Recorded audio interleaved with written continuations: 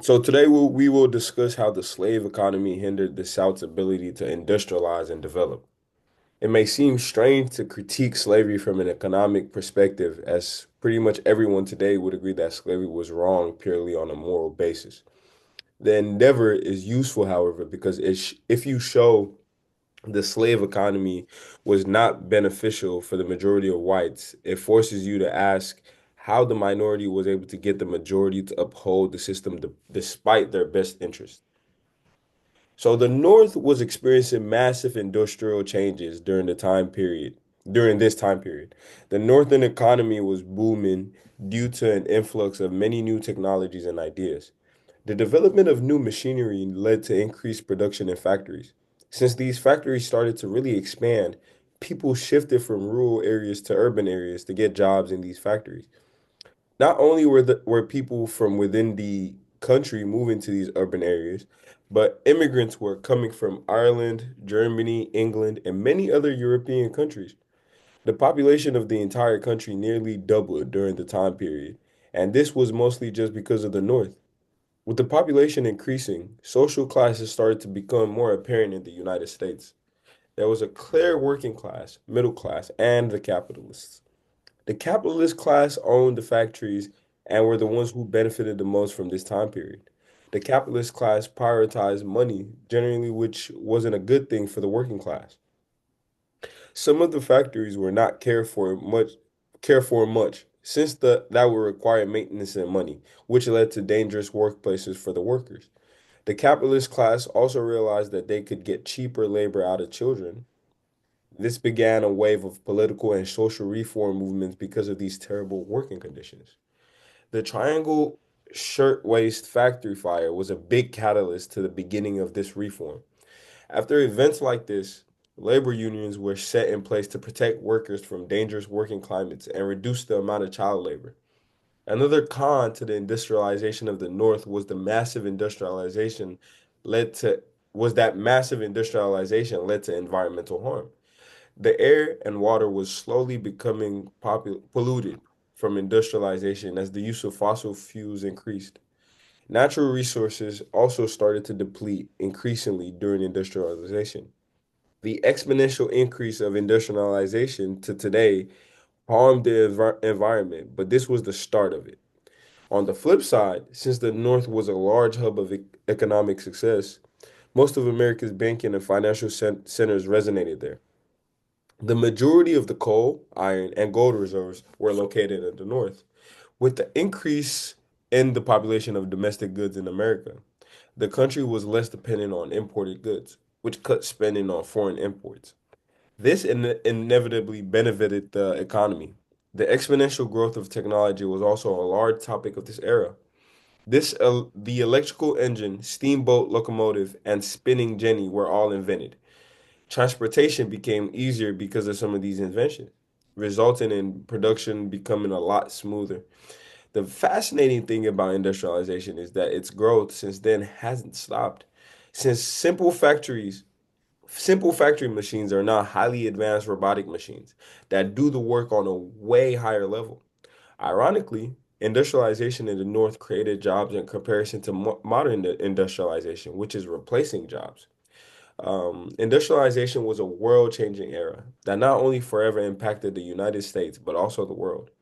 Unfortunately for the South, they had taken longer to begin industrialization as they were still stuck on a traditional agricultural economy. Slavery in the southern United States had played a pivotal role in building the region's economy. They had used agriculture and farming to help build the economy that they had had. At the peak of slavery, the South had used a labor-intensive foundation to get cash crops such as cotton, tobacco, sugar, and rice. These crops were crucial in helping build both regional markets, but also sustain global markets. From a macroeconomic perspective, slavery created extensive wealth for slave owners, but this also brought many risks because they had only focused on labor and did not capitalize on any other forms of capital wealth. We will focus mostly on how labor capital and wealth had both helped and weakened the Southern economy.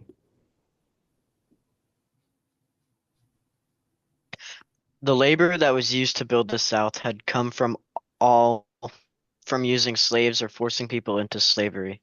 These people were only seen as investment property by many of the slave owners.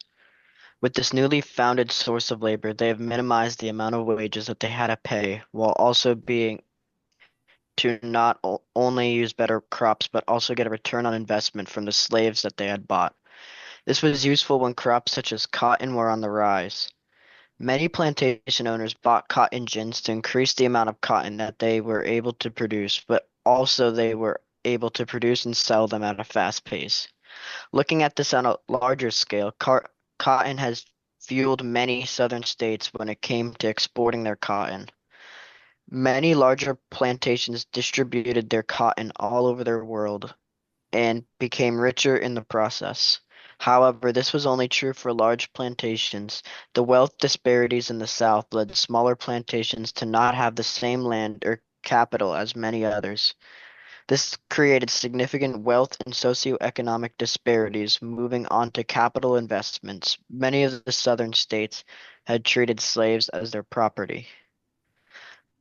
They had used them as collateral when it came to getting loans or in some case buying more slaves. This had caused a cycle where people just used slaves as sort of a currency. However, in this un however, this was unstable because the North had rapid industrialization while the South barely had any change in agriculture.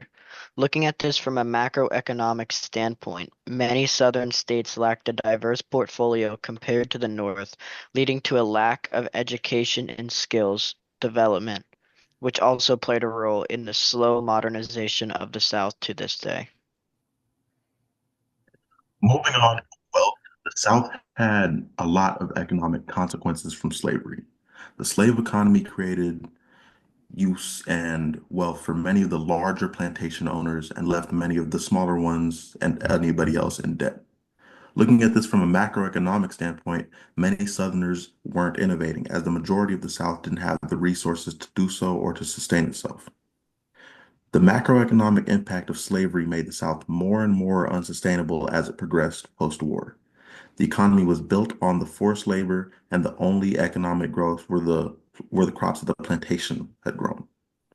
This caused dependence on slavery and made transitioning into the modern world harder each year that the current system stayed. Furthermore, with the reliance on agriculture, many areas in the South became unusable for farming after a while from overuse. This made many plantation owners have to seek land in newer territories, which led to tensions which caused the Civil War. In conclusion, slavery was a pivotal stepping stone of the Southern economy, shaping the entire market of the area, with many of its impact coming on the labor, the capital, and the wealth that it produced and used. The economy heavily favored large plantation owners and put others in debt for a long period. The Southern economy we see failed to show the major net advancements that the North had. In essence, they were stuck in the past, only focusing on agriculture rather than industry. After the war, we see the collapse of the Southern economy, which brings us to how they only had short-term prosperity with long-term inefficiencies. This led to the collapse of the Southern economy. Applying economic theory to the slave system in that Southern economy, macroeconomics and economics in general really is the study of incentives. So to find the economic impacts of slavery, we must study the incentives the slave economy creates for the slaves, their masters, and everyone else in the system. First, we study the incentive of the slave. While some masters would give their slaves gifts or breaks as rewards, this was rarely formalized, and therefore it wasn't really a proper incentive for the most part. It wasn't reliable, and in some cases wasn't practiced at all. For the most part, the only incentive that would be given consistently was physical coercion in the form of corporal punishment, which, along with being cruel, has several economic downsides. One, negative reinforcement has been proven to be less effective than positive reinforcement. But more importantly, physical coercion can only go so far before the slave is injured or even killed, putting them out of work either temporarily or forever. Slave masters would have to strike a balance between using enough violence to make threats legitimate or not too much that they stop the slave from working. This is compared to the employer of a wage worker or a contractor who can pay more, and that incentive has the positive impact without the negative impact of possibly putting them out of work. A wage worker is also incentivized to go out and improve their skills and increase the value of their labor, and therefore their wage. The slave doesn't have any positive incentive, only negative, so there is no reason to do this. Slaves gaining knowledge were often seen as a threat to white supremacy in the entire slave system. Therefore, they wouldn't do this and they wouldn't increase the value of their labor. With nearly half of the population of the South forced to be unskilled and uneducated labor, providing the skilled labor needed for industrial jobs would prove to be very difficult. It was made even harder seeing as most of the white population was engaged in overseeing the unskilled labor, as well as other positions related to the slave trade, rather than being free to pursue other roles. Moving on to the incentives created for the planter class, capitalists employing expensive wage labor are highly incentivized to invest in productivity increasing investments, as the less labor per unit of goods these capitalists would have to use, the more profit that they could extract. For the planter class, productivity investments made little sense. Slaves were relatively cheap compared to paying wage laborers, and along with that, the children of slaves would become slaves, meaning that female slaves could be used as broodmares, producing essentially free labor for their masters, and so on down the line. Overall, planters were incentivized to keep all their capital tied up in the slave trade or land which the slaves would work. This was not just for the planters themselves, but the entire financial system of the South was tied into slavery, digging its roots into the system. Having this capital so tied up meant that very little capital was left available for everything and everybody else, making it just about impossible to even get started investing in industrial development. Lastly, exploring the incentives and the challenges that the slave system presented for non-slaveholding whites. The lack of freed up capital made it very hard for poorer farmers to get the capital they needed to invest in their operations. This is a very difficult situation for them because while over time slaves are much cheaper than wage labor, they are an investment. So if you don't have the cash up front, your only option would be to lease slaves from a larger slaveholder, once again funneling money back up to the top class. The system was overall disadvantageous for working class whites. There was very little demand for skilled labor that could grow into a middle class, and they were undercut by the incredibly cheap or even free slave labor. So, what reason would working class whites have to uphold the system besides white supremacy? There are two main ones. Working class whites in the South worked either directly in or in jobs that were supported by the slave trade. So, while industrialization may be better in the long term, reskilling would be very hard and it can be quite scary not knowing what you might do in a new system. The other reason is that for most whites in the South, the planter class was aspirational. Much like poor people voting for tax cuts on the wealthy today, many in the South supported the slave system because they believed that they would be the slave owners eventually.